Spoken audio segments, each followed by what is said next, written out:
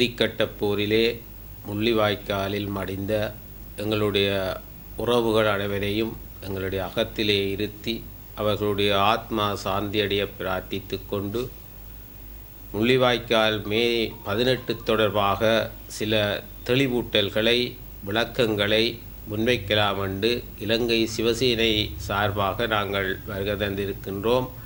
நான் ஸ்ரீந்திரன், அவர் திரு ஜெயமாறன் சிவத்தொண்டர்கள். மே 18 என்று முள்ளிவாய்க்கால் தினத்தை அனுசரிக்கின்ற திகதியை நிர்ணயித்தவர்கள் அல்லது அதை தீர்மானித்தவர்கள் சைவ தமிழர்களா என்ற ஒரு கேள்வியை நாங்கள் முன்வைக்க விரும்புகின்றோம். சைவ தமிழ் மரபிலே இறந்தோரை நீத்தாரை அனுஷ்டிக்கின்ற மரபு ஒன்று உண்டு. அது அமாவாசை திதியா பூரணை திதியா என்று பார்த்து சைவ தமிழ் கலண்டரின்படி நாங்கள் அதை அனுஷ்டித்து வருவோம்.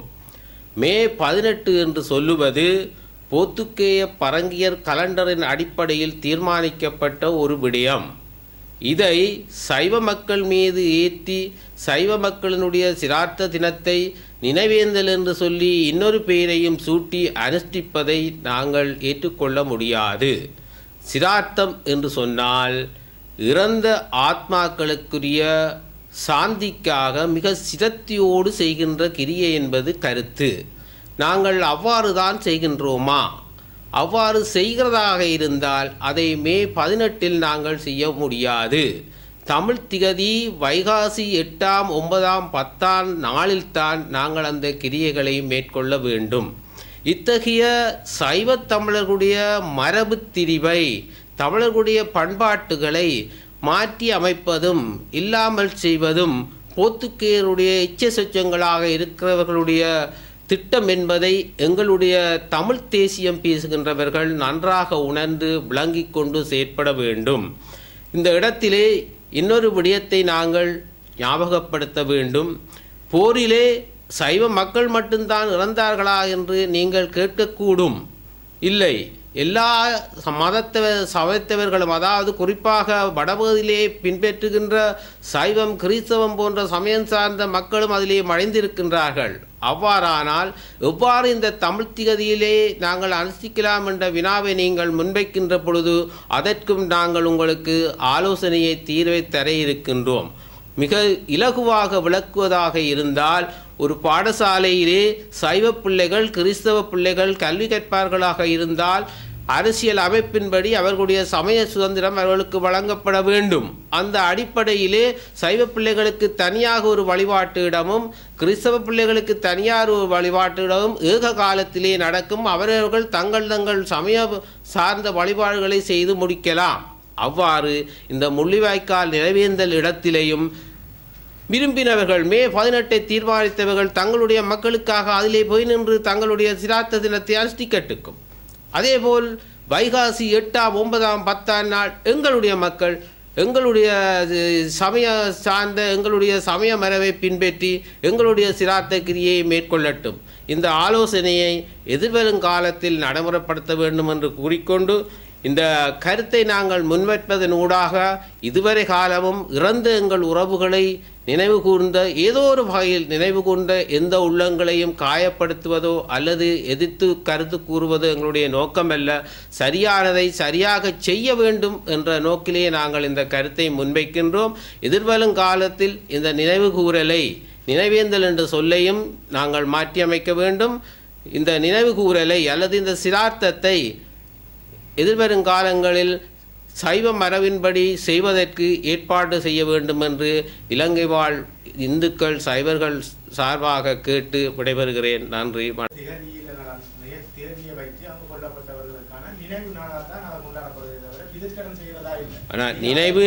நினைவு நாளுக்கு முதல் நாங்கள் செய்ய வேண்டியது எங்களுடைய ஆத்மாக்களை திருப்திப்படுத்த சாந்தியடைய நினைவு நாளுக்கு முதல் சிரார்த்தம் தான் செய்ய வேணும். சிரார்த்தம் செய்வதனூடாக அவர்களுடைய சந்ததியிலே எஞ்சியிருக்கின்றவர்கள் இந்த விடுதலை பயணத்திலேயோ அல்லது வேறு அரசியல் பயணத்திலேயோ முன்னெடுக்கிறதுக்கு அவர்களுடைய ஆசீர்வாதம் பக்கபலமாக இருக்கும். அதுக்குத்தான் அந்த சிரார்த்தத்தை செய்து அவர்களுடைய ஆசீர்வாதத்தை, இறந்தோர் முன்னோர்களுடைய ஆசீர்வாதத்தை பெற்றுக்கொள்வது அவர்களுக்கு பெரிய ஒரு ஆத்மா பலத்தை கொடுக்கும்.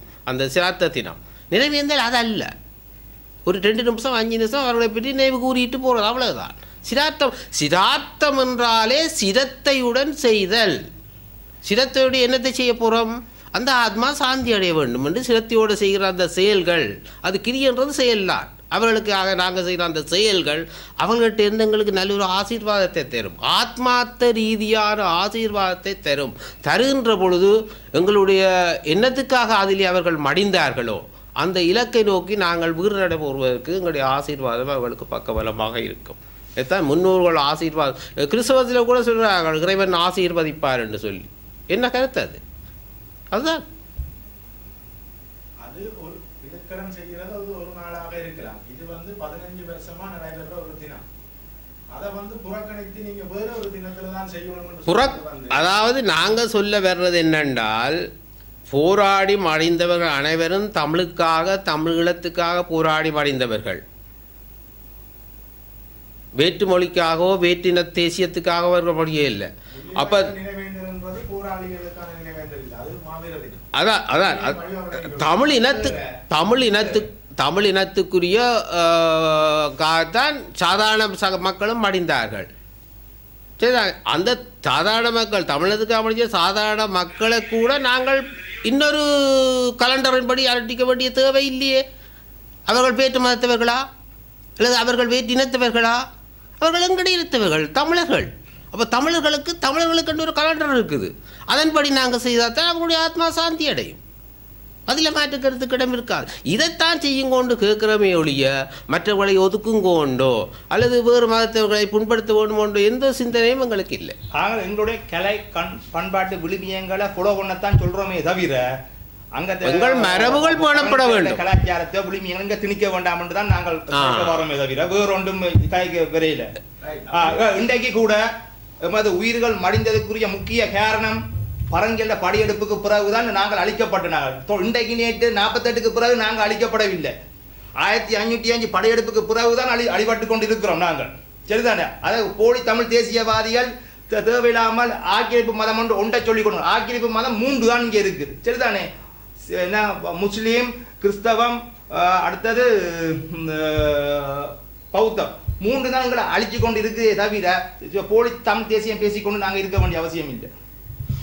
மற்றது உங்களுக்கு நாங்கள் இன்னொரு விஷயத்தை நான் இதில் தெளிவுபடுத்த வேணும். நினைவேந்தல் தொடர்பாக இந்த வருஷம்தான் அந்த திகதியை பற்றி கொஞ்சம் கருத்து எடுத்த நாங்கள் இந்த திகதி எந்த அளவுக்கு அது பொருத்தம் என்று ஆராய்ஞ்சு கொண்டு போகின்ற பொழுதுதான் உண்மையிலே இந்த திகதி இறந்தவர்களுடைய காலத்துக்கு முன்பு வந்திருக்கிறது. அதுக்கு பின்பு உண்மையாக நாங்கள் வைகாசி 8ஆம் 9ஆம் 10ஆம் நாள் என்று சொன்னால் அது அவர்களுடைய போர்த்துகேயர்களுடைய கலண்டரின்படி 21, 22, 23 அரிசிக்க வேணும். எனவே அவர்களுடைய அந்த பிரார்த்தனை நினைவு ஏந்தல் எந்த வகையிலேயும் அந்த ஆத்மாக்களுக்கு பயனளிப்பதாக அமையாது. அந்த வகையில் தான் நாங்கள் பல தடவை இருந்து யோசித்து பார்த்து போட்டு இப்படியான ஒரு கருத்தை இனியும் விட முடியாது. கடந்த காலங்களிலே நாங்கள் சிந்தித்த பொழுது இதை நாங்கள் சொன்னால் சமூகத்திலே அல்லது இதிலே அக்கறையோடு ஈடுபடுறவர்களை குழப்புமா அல்லது அவர்கள் எங்களை எதிரியாக பார்ப்பார்களா என்ற ஒரு அச்சத்திலே நாங்கள் பார்த்து கொண்டிருந்த நாங்கள் ஏதோ ஒரு வகையிலே எங்களுடைய இழந்த போராளிகளை மக்களை நினைவு கூறுகின்ற பொழுது நாங்கள் இடையூறு செய்யக்கூடாது இருந்தோம். ஆனால் தொடர்ந்தும் அதை பிழையான வழியிலே செல்வதற்கு எங்களுக்கு மனம் இடம் கொடுக்கவில்லை. எனவே தான் ஒரு கருத்து தெளிவை தருவதற்கு நாங்கள் இந்த இடத்திலே இந்த கருத்தை முன்வைக்கின்றோம். பரங்கிகளின் படையெடுப்புக்கு பிற்பாடு எமது இனம் அழிக்கப்பட்டு உருமாற்றம் செய்யப்பட்டு இன்று சிங்கள அரசின் சம உரிமை கேட்டு போராடு நிலைக்கு தள்ளப்பட்டு அந்த சம உரிமை போராட்டமானது ஆயுத முனையில் ஈவிரக்கமின்றி அழித்தொழிக்கப்பட்ட தமிழ் நாளாகிய 2009 வைகாசி தேய்வுரை 8ஆம் 9ஆம் நாள் இந்நாள் இந்துக்களுக்கு உரியது. பரங்கிகளுக்கு அல்ல. இன்றைய காலத்தில் குறிப்பாக இந்துக்களின் அழிவுக்கும் இன மாற்றத்துக்கும் கலப்புக்கும் வித்திட்ட பரங்கி நாளான மே 18 தமிழராகிய நாம் புறக்கணித்து பரங்கி கலாச்சார திணிப்பை அப்புறப்படுத்தி போரில் நீத்தியார் வழிபாட்டை தமிழ் மன்னன் ராவணனால் உருவாக்கப்பட்ட பஞ்சாங்கத்தின்படி தேய்பிறை 8ஆம் 9ஆம் 10ஆம் நாளில் நினைவு கூர்ந்து எமது போரில் நீத்தியார் உறவுகளுக்கு நாம் செய்யும் சிவப்பணி. இதை தமிழராகிய நாம் முன்வந்து தமிழ் விழுமியங்களை பின்பற்றுவோமாக. நன்றி.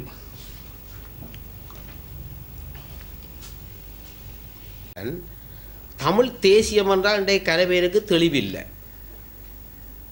நான் தமிழன் என்று சொன்னால் எனக்கு ஒரு வாழ்வியல் முறை இருக்குது, நடைமுறை பாவனை இருக்குது. நான் சிங்களம் மொழி மொழி சொல்றதுக்காக நான் சிங்களவன் அல்ல, அது மொழி. அப்போ தமிழ் மொழி என்று சொன்னால் தமிழ் மொழிக்குரிய வாழ்க்கை ஸ்டைல் இருக்குது. அதுக்கு வராதான் எப்படி தமிழ் தேசியம் பேச முடியும்? மாற்று மதத்துக்கு போய் மதம் மாறிவிட்டு மாற்று மத கலாச்சாரத்தை வாழ்வியல் முறையை பண்பாட்டை பின்பற்றி கொண்டு தமிழ் தேசியத்துக்கு எப்படி இருக்க முடியும்? அவருக்கு பின்னால் நீங்கள் எப்படி போவியல்?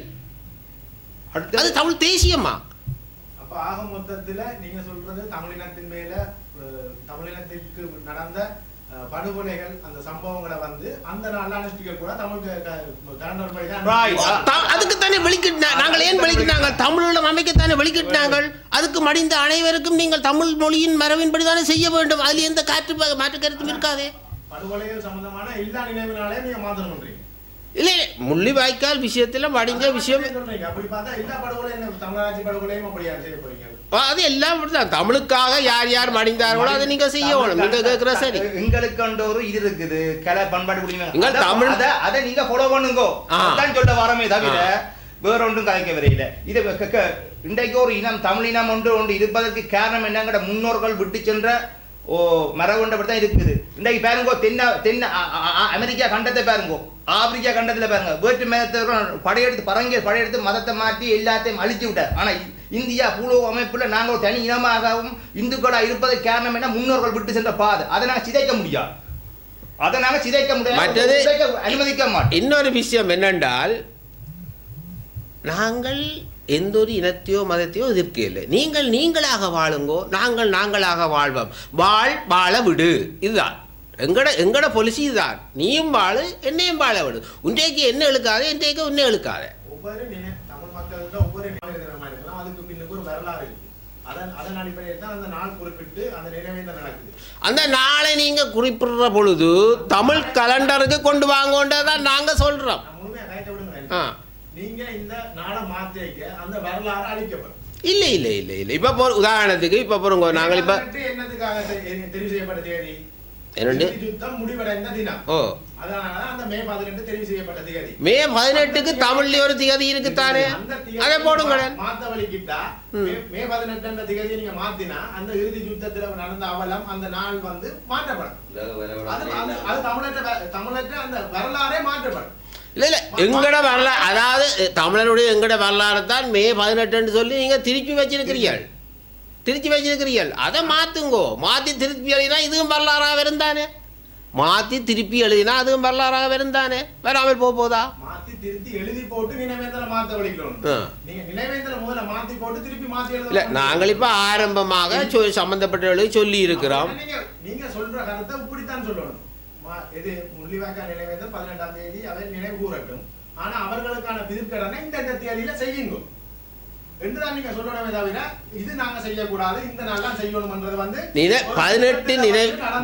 அதான் உங்களுக்கு பாடசாலை உதாரணம் சொன்னா தானே, நினைவேந்தலை தீர்மானிச்ச நீங்கள் யார்? நீங்க 18 செய்யுங்க, எங்களுடைய அகலங்கடையில செய்யட்டும். முள்ளிவாய்க்கால் நினைவேந்தல் பாதஸ்மார் வார இல்லையா? இல்ல, அதைத்தான் நாங்க சொல்லுவோம், சிங்களாக்கள் வார இல்லையா? அதைத்தான் நாங்க சொல்றோம். அது ஒரு பொது நினைவு இல்ல. எங்கட சிராத்தக்குரிய அந்த தினத்துல செய்தாலும் வந்து பங்கு பெற்றினது தானே, ஆரோவிலே வந்து பங்கு பெற்றினோம். நிகழ்வு என்பது இது பிதிர்கடன் செய்வதான நிகழ்வு இல்ல. ரெண்டும் உண்டல்ல. மே 18 அது நினைவுகளும் நடக்கட்டும். அவர்களுக்கான பிதிர்கடன் இந்த தேதியில செய்யுங்க கொண்டு நீங்க அறிவிப்பு மே 18 தான் வைகாசி தேய்பிறை 8, 9, 10. சரி, அது சரி, ஓகே. அது இது இந்த வாதங்களை போட்டு விட்டுறாங்க. இப்பொழுதுதான் எங்களுடைய தமிழ் தேசியம் பேசுகின்றவர்கள் ஏனையவர்கள் எல்லோரும் தமிழ் பொது வேட்பாளர்களை ஜனாதிபதி தேர்தலில் நிறுத்த வேண்டும் என்று கலந்துரையாடி கொண்டிருக்கின்றார்கள்.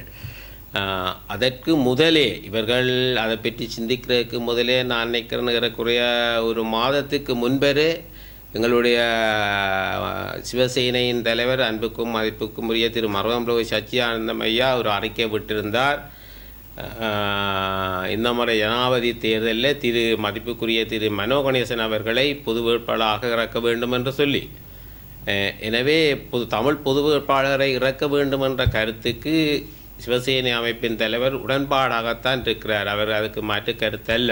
அவர் அதை தமிழ் வேட்பாளரை நிறுத்த வேண்டும் என்ற சிந்தனையோடு தான் இருக்கின்றார்.